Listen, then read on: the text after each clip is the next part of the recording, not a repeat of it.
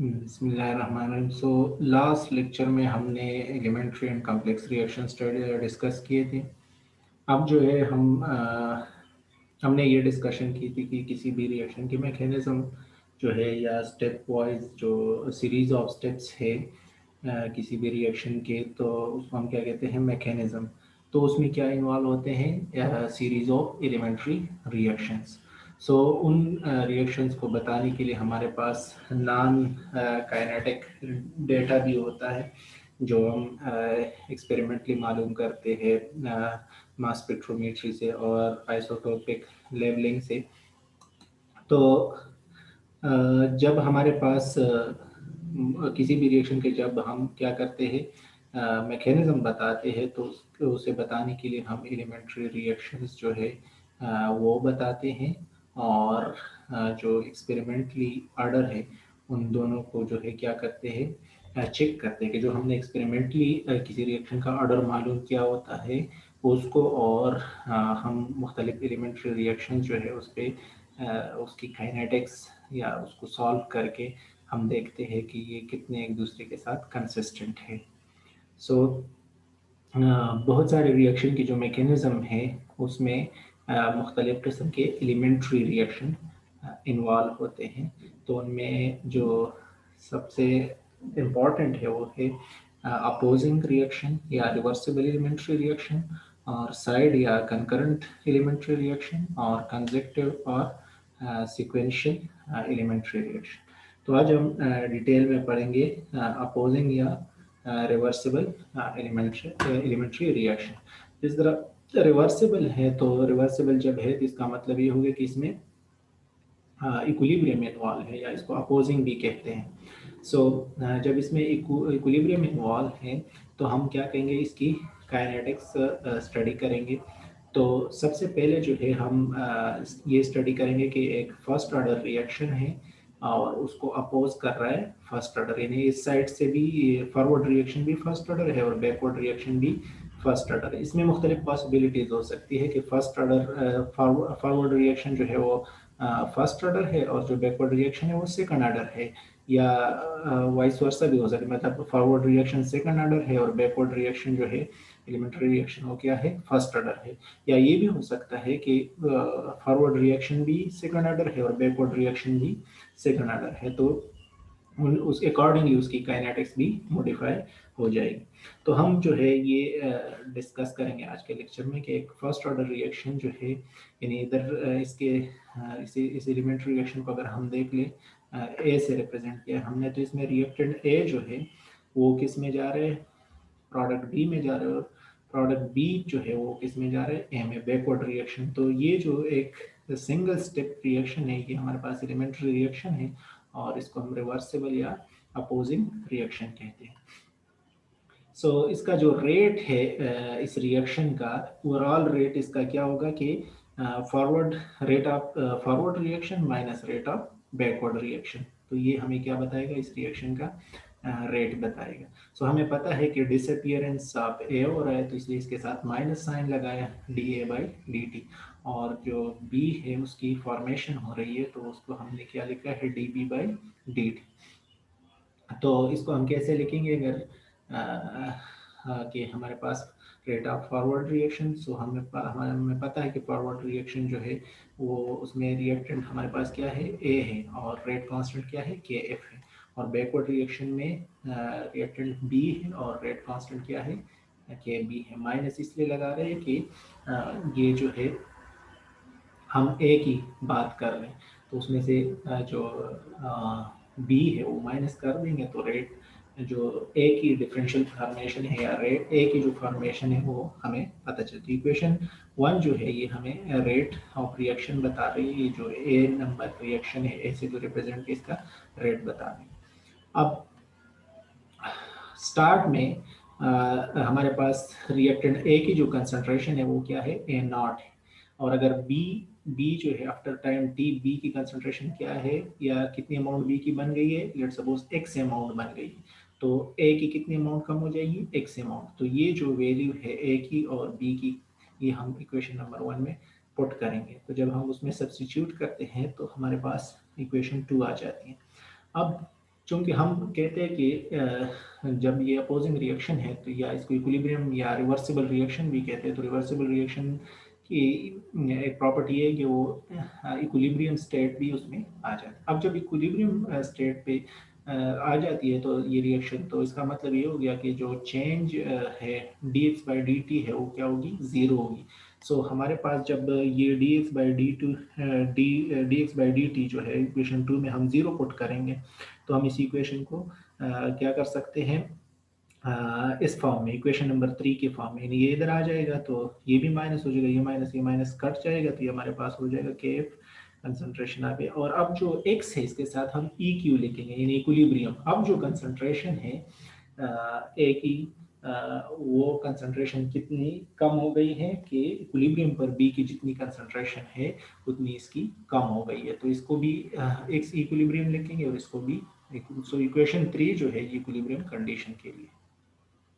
अब इक्वेशन 3 जो है इसी को हम मॉडिफाई कर लेते हैं, तो इसको हम बी को इधर ही रहने देते हैं और ये जो है साइड पे जाके क्या हो जाएगा, डिवाइड, एक्स इक्विलिब्रियम दूसरी साइड पे जाके डिवाइड हो जाएगा। सो के बी की वैल्यू हमारे पास ये आ जाएगी।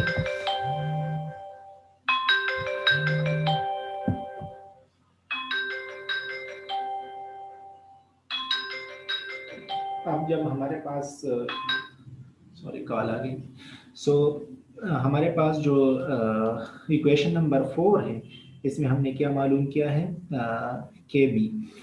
अब के बी जो है हमारे पास आ गया तो हम इक्वेशन नंबर 4 यानी के बी की वैल्यू को किस में, इक्वेशन नंबर 2 में, ये वाली इक्वेशन, इसमें इधर के बी की वैल्यू लगा लेंगे। तो जब हम ये इक्वेशन इस इक्वेशन में लगाएंगे तो हमारे पास ये वाली इक्वेशन आ जाएगी, यानी जहाँ पर के बी है उसकी जगह ये वाली वैल्यू हमने लगा दी, तो हमारे पास ये इक्वेशन आ गई। अब हमने नेक्स्ट स्टेप में क्या करना है, इसी इक्वेशन में ये जो एक्स इक्विलिब्रियम है ये, इसमें ये है डिनोमिनेटर और इसका डिनोमिनेटर क्या है, 1 है, तो इसका जो है हम क्या करेंगे, एलसीएम लेंगे और एलसीएम लेके फिर इनमें से के एफ और ए नॉट जो है ये कॉमन ले लेंगे, तो हमारे पास इक्वेशन नंबर 5 आ जाएगी। आप लोग को ट्राई कर ले, अगर ये आपसे नहीं हो सकती तो इसी लेक्चर के आखिरी पेज पे इसको सॉल्व किया हुआ है। यानी इक्वेशन, ये जो इक्वेशन है, जब आप इक्वेशन 2 में इक्वेशन 4 की ये वैल्यू पुट करते हैं तो आप क्या करना है, ये इस इक्वेशन में फिर आप एलसीएम लेंगे और एलसीएम के बाद इसको कॉमन लेके ये आपके पास इक्वेशन नंबर 5 आ जाएगी। आप लोग ट्राई कर ले, अगर इस तरह से नहीं होती तो इसी इक्वेशन की आखिरी पेज पे जो है ये सॉल्व किया हुआ है, उधर से फिर देख लें। अच्छा, अब ये जो इक्वेशन 5 है ये डिफरेंशियल रेट एक्सप्रेशन। अब इसी का इंटीग्रेटेड फॉर्म, इसी इक्वेशन को हम इन लिमिट्स में इंटीग्रेट करते हैं कि 0 से x और टाइम जो है 0 से t तक। जब हम इसको इंटीग्रेट करते हैं तो उनको पहले बताया था इधर डिफरेंशियल है, नीचे फंक्शन है, हमारे पास नेगेटिव साइन ये आ जाएगा इधर से, और इधर से जो है ये क्या हो जाएगा, इसका यानी इसका भी हमारे पास क्या हो जाएगा, नेचुरल लॉग एक्स इक्विलिब्रियम हो जाएगा। और ये जो है हमारे पास यानी इस पे फाइनल लिमिट और इनिशियल लिमिट ये पुट करेंगे, तो इधर जो है हम इसकी जगह क्या लिखेंगे, x की जगह x आ जाएगा और इधर जो है आखिरी लिमिट क्या है, 0 है, तो x की जगह जब 0 लगेगा तो ये हमारे पास क्या हो जाएगा, नेचुरल लॉग एक्स इक्विलिब्रियम। और इसी तरह ये t और -0 तो t बच जाए।